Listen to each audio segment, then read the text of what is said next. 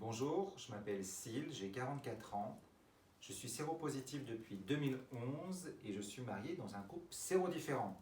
Aujourd'hui, je voulais vous parler de l'importance du dépistage du VIH. Quand j'ai découvert mon statut positif au VIH, c'était dans une situation assez particulière et plutôt inconfortable. On était en décembre 2011, période des fêtes, juste avant Noël, et j'ai eu le matin chez moi, en me préparant à aller au travail, un premier malaise. J'ai pas prêté attention, j'ai continué à me préparer pour aller au boulot.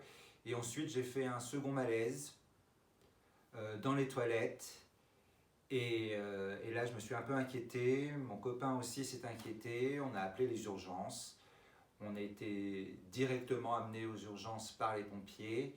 Et j'ai découvert non seulement à ce moment-là que j'étais au statut VIH avancé de la maladie, avec aussi des maladies opportunistes. Et vous vous demandez certainement comment un mec à Paris en 2011, plus ou moins informé sur le VIH, peut se retrouver dans une situation pareille, c'est-à-dire à un stade très avancé de l'infection, le statut SIDA. Pourquoi je me suis retrouvé dans cette situation? Parce que j'étais dans le déni.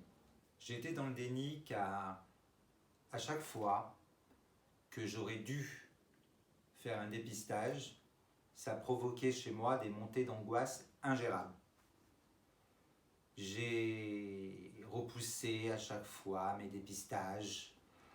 J'attendais que finalement ces angoisses disparaissent, que ces insomnies disparaissent.